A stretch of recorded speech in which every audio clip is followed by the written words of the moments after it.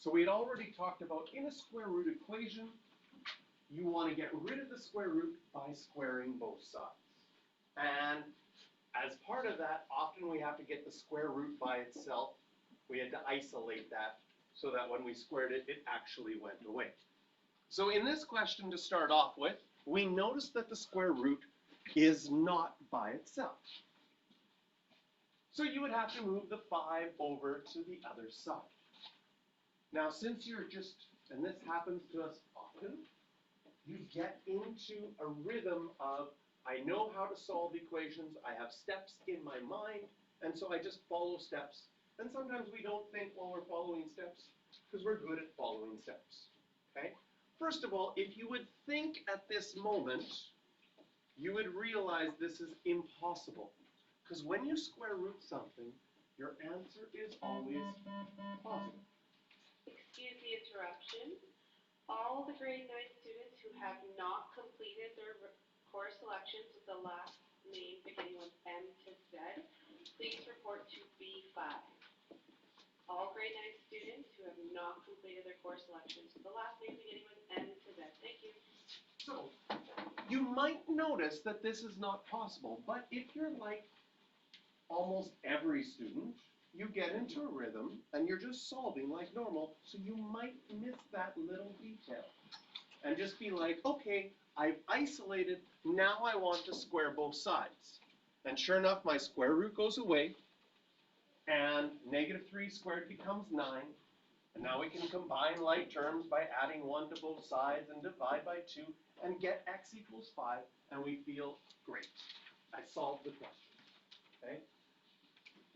With square root equations and with squaring both sides, you have a possibility of making the error that this question just did and getting an answer that appears to be right, but when you check it, actually does not work.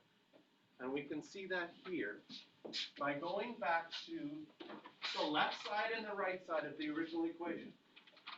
Plugging in 5, and then I plug in 5, I get 8 on this side, and this side is 2.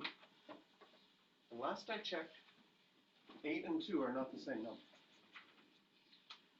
So we find out that this answer is not an answer. We'd have to put like an X beside this and say at this moment, there's no solution. So there was a hint halfway through. Square roots, answers to square roots are always positive. Answers to square roots are always positive. So if you get a square root equal to a negative number, you can stop right there and say, I know that there's no solution to this. But if you miss this, right? And maybe we write the reason, if this was on a test,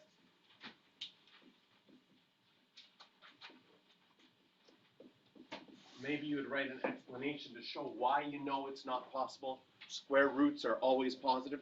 But if you missed it and get an answer, and I will tell you, sometimes they're going to disguise it so well that you will not be able to pick up early on that there is no solution.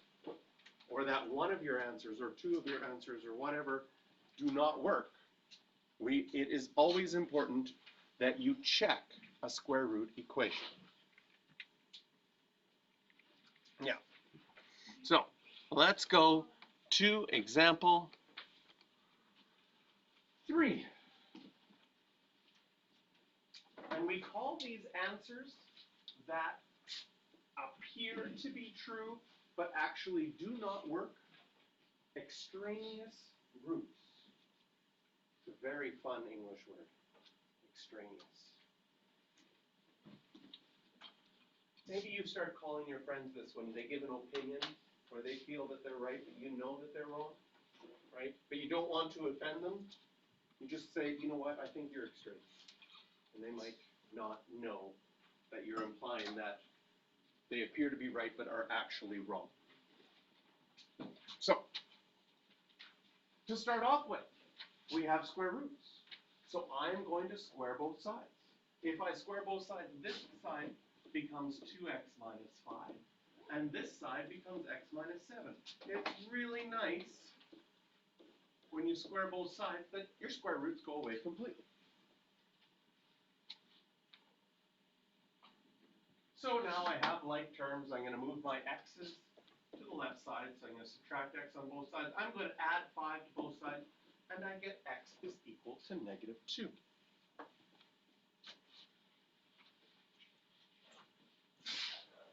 We have to do the check. And when we do the check, we have our left side and our right side, and we plug in our number.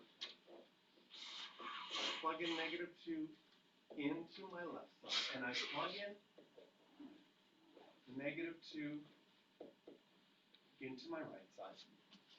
And I get the square root of -9 here, and I get the square root of -9 here. So technically, the left side and the right side are equal. However, do we see any issues here?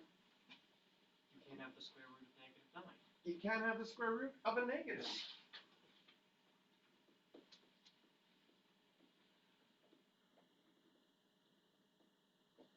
So I'll write a little note of that. Can't square root of negative. I'll even add 3 exclamation marks. So this is not a solution because that solution is based on a number that doesn't exist. At least not in our real number system. Right? So you guys are used to using real numbers. Right? There are some numbers that are unreal, that are called imaginary numbers. And they actually exist. Has anyone heard of an imaginary number before? Some people have.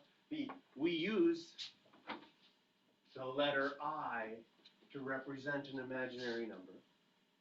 And the imaginary number, there's lots of them, but they're all connected to the basic imaginary number, which is the square root of -1.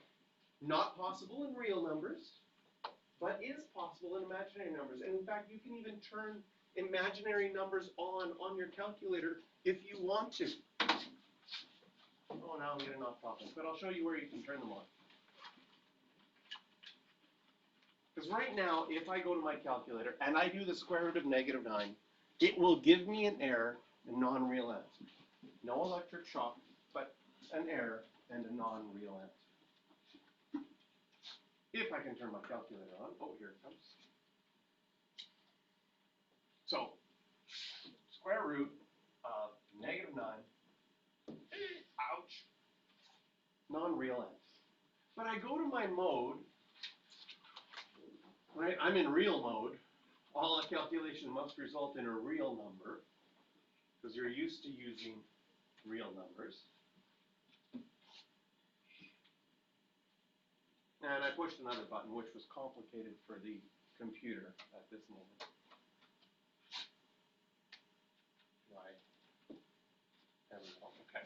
So I'm going to hit the mode button. And instead of where it says real numbers, I'm going to change my numbers to a plus bi, which includes complex numbers. And now when I quit, if I do the square root of -1, it's like, oh, I can do that now. It's I. And the square root of -9 is just the square root of 9 times the square root of -1. So now if I go up and retype this in, instead of getting an error, I'm going to get 3i. And we have imaginary numbers. Now, we don't study imaginary numbers in high school. There is some real life applications which cannot be solved with real numbers, but if you use temporarily imaginary numbers, live a little bit in the imaginary universe, do some math there, then come back to reality, you get right answers that you couldn't get if you just tried to solve things with real numbers. Crazy. So we have There you go, you learned something today, imaginary numbers, and now on your way out, you will get this cartoon with pi talking to the square root of -1. Well, maybe you'll get it, you'll be closer to getting it, right?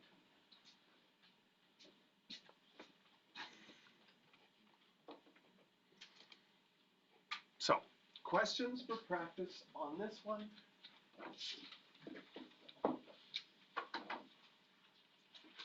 Try number